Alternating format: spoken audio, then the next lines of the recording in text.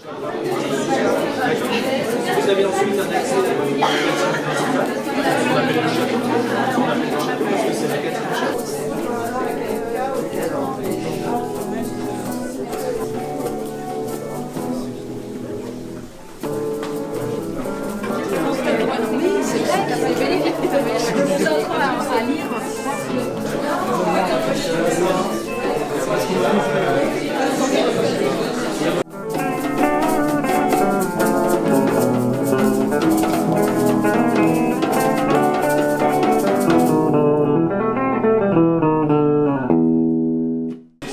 Donc l'option EPS, c'est une nouvelle option qui ouvre cette année pour les futures secondes de 2019.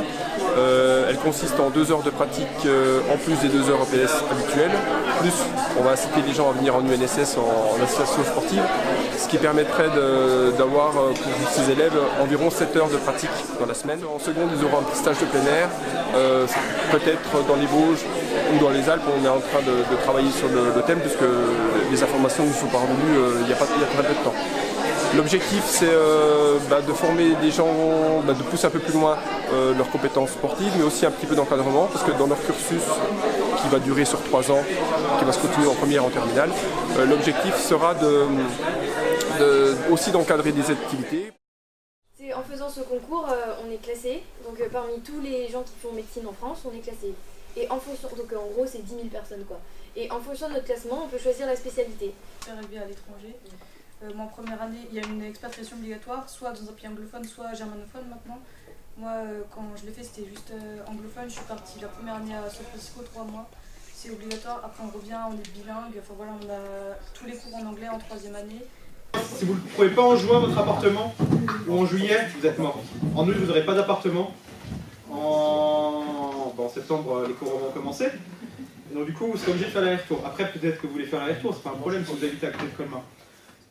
Je suis venue intervenir au Forum des Anciens parce que j'ai trouvé que quand on est entré en première année, on n'était pas assez informé sur, pas sur la filière en elle-même, mais sur l'articulation de la vie autour. Et j'ai voulu partager mon expérience avec les terminales de cette année pour qu'ils ne soient pas pris au dépourvu directement quand ils se sont installés.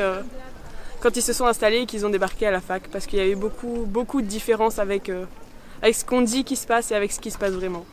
Donc on leur a parlé de la vie étudiante, de l'articulation des cours, des changements de vie et de l'autonomie qu'on gagne et des responsabilités. Donc c'était le plus important pour moi et je pense que ça leur a été bénéfique et que j'aurais aimé qu'on fasse ça quand j'étais en terminale. Je suis allé voir aujourd'hui tout ce qui est com. Donc les présentations étaient bien, il n'y a pas de blanc, ils nous ont expliqué comment tout ça se déroulait. Ça m'a plu car ils m'ont renseigné sur plein de choses que je ne savais pas, par exemple la vie étudiante. Le commerce aussi, le commerce ils nous ont présenté avec la vie étudiante en Espagne et en France. Ce qui était bien, c'est qu'on a pu voir aussi comment se déroulait la vie dans les pays étrangers.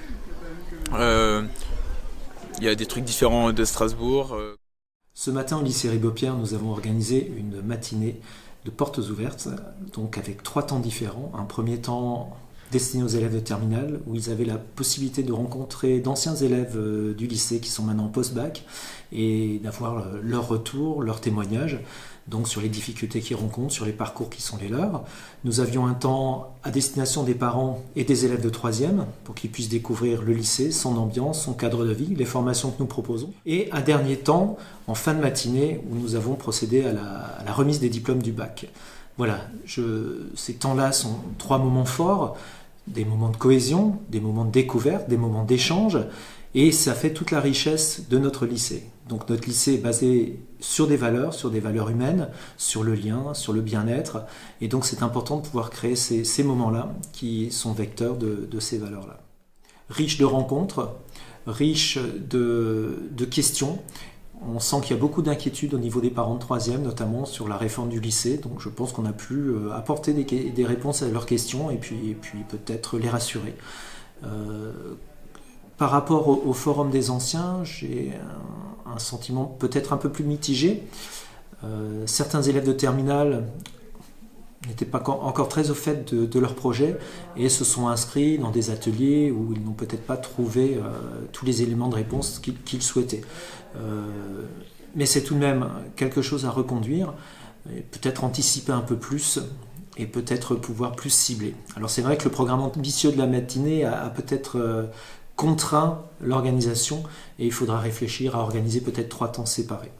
Maintenant, c'était quand même un beau moment de partage, d'échange et c'est évidemment un temps fort de notre année scolaire.